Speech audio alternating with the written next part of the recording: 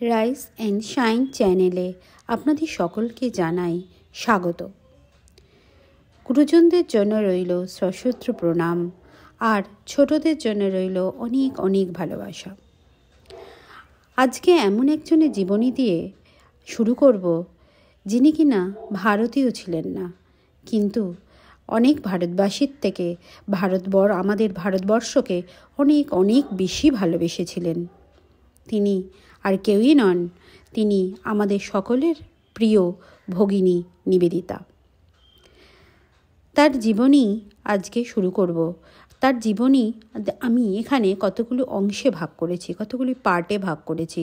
সেই পার্টে আমরা তার জীবনীর একটু একটু করে কিছু কিছু অংশ, কিছু কিছু মূল্যবান অংশ আমি তোমাদের কাছে তুলে ধরার চেষ্টা করব।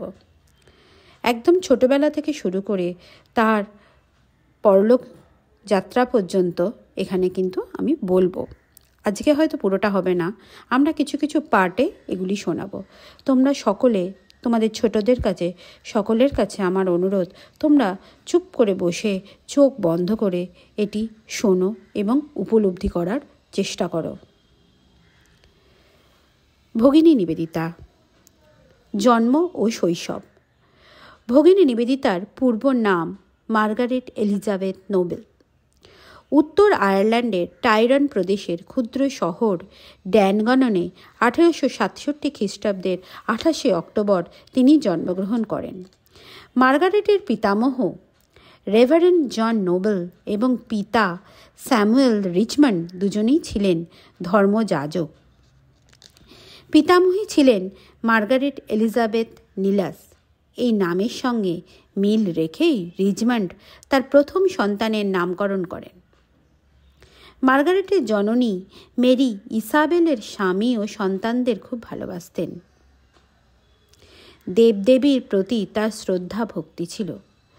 জগতে অসাধারণ কিছু করার জন্য যারা জন্মগ্রহণ করেন, তাদের জীবনের গোড়া থেকেই তার আভাস মেলে, যদিও তার অর্থ তখন স্পষ্ট হয়ে ধরা পড়ে না।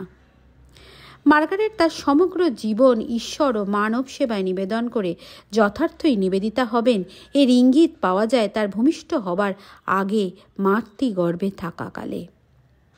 মার্গারেট যখন মাতৃগর্ভে, তখন তার মা ভয় পেয়ে দেবতার চরণে প্রার্থনা করেছিলেন, যদি তার সন্তান নিরাপদে সুস্থ দেহে ভূমিষ্ঠ হয় তবে দেবতার পায়েই তাকে উৎসর্গ করবেন।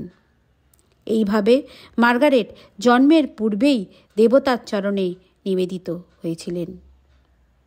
মার্গারেটের শৈশব কেটেছে তার পিতামহীর কাছে। 4 বছর বয়সে পিতামাতার কাছে ওল্ডহ্যামে এসেছিলেন। ড্যানগাননের শান্ত মনোরম পল্লী প্রকৃতি ছেড়ে কোলাহলপূর্ণ শহরে এসে মার্গারেটের মনে হলো যেন এক অপরিচিত স্থানে এসেছেন। তার মনের সহজ আনন্দের সুরটি কেটে গেল। স্যামুয়েল কর্মস্থল বদল করে এলেন ডেফচের টরেন্টার গ্রামে। এই স্থানটি অনেকটা ড্যানগাননের মতো প্রাকৃতিক সৌন্দর্যে পূর্ণ। এখানে এসে মার্গারেট মহানন্দে নিজের মনে থাকতে লাগলেন।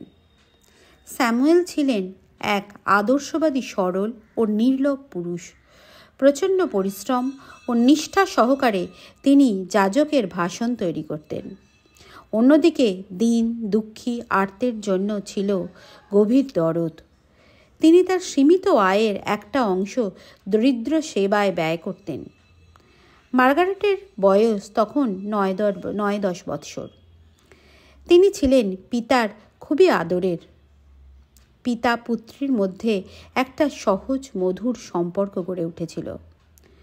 পিতার ভাষণগুলি তার মনে গভীর দাগ কাটত। তার মুখে শোনা বাইবেলের বিচিত্র সুন্দর কাহিনীগুলি কিশোরীর কল্পনাপ্রবণ মনকে আলোড়িত করত, তাকে এক অলৌকিক জগতে নিয়ে যেত। প্রকৃতপক্ষে তখন থেকেই ধর্মের প্রতি মার্গারেটের অনুরাগ জন্মে। একদিন স্যামুয়েলের এক সদ্য ভারত ফেরত ধর্মযাজক বন্ধু কিশোরী মার্গারেটের কোমল মুখখানি দেখে ভবিষ্যৎবাণী করলেন, একদিন ভারতবর্ষ তোমায় ডাক দেবে। সেই অজানা স্থানে যাবার কথা শুনে তিনি সেদিনই অবাক হয়েছিলেন।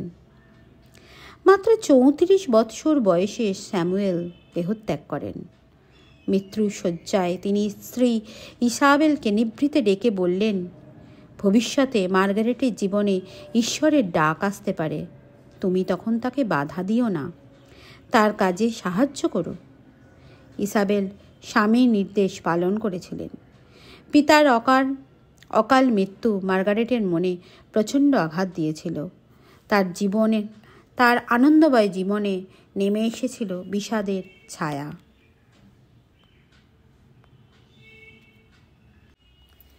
পিতা থাকাকালীনই সংসার চলত অভাব অনটনের ভেতর দিয়ে।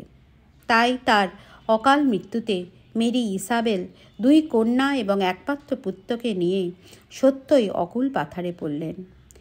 তিনি নিরুপায় হয়ে সন্তানদের নিয়ে গেলেন আয়ারল্যান্ডে তার পিতার কাছে। মেরির পিতা হ্যামিল্টন ছিলেন আইরিশ হোম রুল আন্দোলনের একজন অন্যতম নেতা। তার সংস্পর্শে মার্গারেটের মনে স্বদেশপ্রেম জাগ্রত হয়। বিদ্যার্জনের জন্য মার্গারেট ও বোন মেয়ে ভর্তি হলেন চার্চ পরিচালিত হ্যালিফ্যাক্স কলেজে। 2 বোন থাকতেন বোর্ডিংয়ে। এ এক নতুন জীবন। এখানকার পরিবেশ ভিন্ন, নিয়মের কড়াকড়ি। লেখাপড়া, খেলাধুলা, উপাসনা সব কিছুর জন্য সময় ছিল নির্দিষ্ট। মার্গারেট ছিলেন অতি মেধাবিনী, বুদ্ধিমতী ও পরিশ্রমী।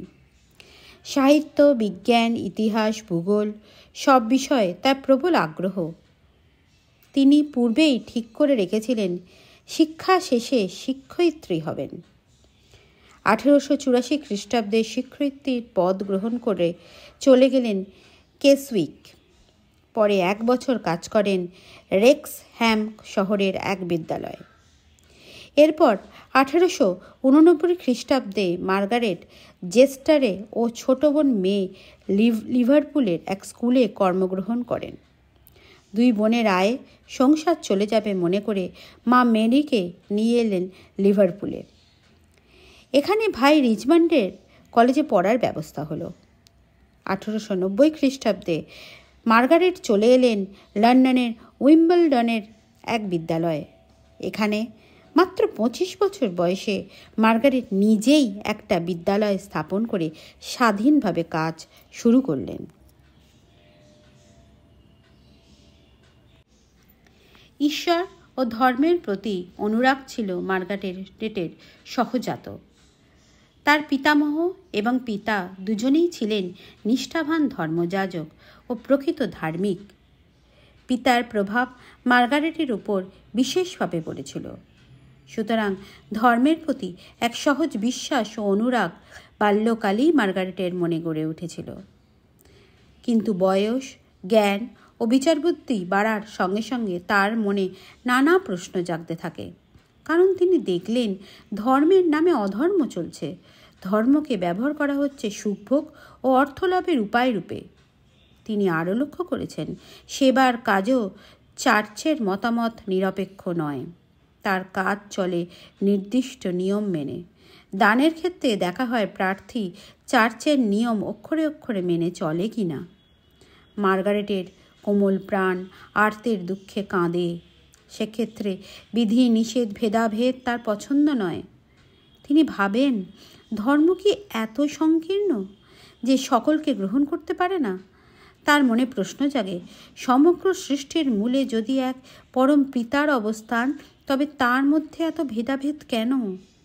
মার্গারেট তার এই জিজ্ঞাসার উত্তর ও প্রকৃত সত্য জানার জন্য দিনের পর দিন নানা গ্রন্থ পড়েছেন, বহু চিন্তাশীল ব্যক্তির সঙ্গে আলোচনা করেছেন, দার্শনিক মতবাদগুলি নিয়ে গভীর চিন্তাভাবনা করেছেন, কিন্তু কোথাও সন্তোষজনক উত্তর মেলেনি।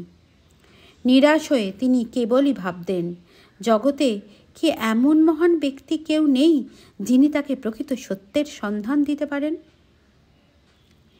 এই সংকটময় মুহূর্তে তার জীবনে আবির্ভাব ঘটল স্বামী বিবেকানন্দের। তিনি মার্গারেটকে সকল সংশয় ও দ্বন্দ্ব থেকে মুক্তি দিলেন, সত্যের স্বরূপের সঙ্গে পরিচয় ঘটিয়ে দিলেন। তার মনে হয়েছিল স্বামী বিবেকানন্দের বাণী তৃষ্ণার্তের নিকট সুশীতল পানীয়ের মতো। আজ এই পর্যন্তই, এখানেই শেষ করছি আজকের মতো। পরের পার্টে আবার পরের অংশ তোমাদের পড়ে শোনাব। দেখলে তো এখানে মার্গারেটের জীবন, আমাদের ভগিনী নিবেদিতার জীবন অতটা সহজ ছিল না। বাল্যকাল থেকেই তাকে অনেক যুদ্ধ, অনেক স্ট্রাগল ফেস করতে হয়েছিল। এই স্ট্রাগলের সাথে সাথে, এই যুদ্ধ করার সাথে সাথে তার মধ্যে একটু একটু করে শক্তির সঞ্চয় ঘটেছিল, যেই শক্তির ফলেই কিন্তু তিনি আজকে আমাদের সকলের প্রিয় ভগিনী নিবেদিতা হয়ে উঠতে পেরেছেন। তাই তোমাদেরও বলি, ছোট ছোট স্ট্রাগল এলে এত ভেঙে পড়ো না, শক্তি সঞ্চয় করো, সেইগুলোকে ফেস করতে শেখো, আর ভগবানে বিশ্বাস রাখো। এখন তোমরা চোখ বন্ধ করে এই যতটুকু শুনলে ততটুকু ধারণা করতে করতে ঘুমিয়ে পড়ো। বাকিটা আবার পরের সেশনে শোনাবো। গুড নাইট, শুভরাত্রি।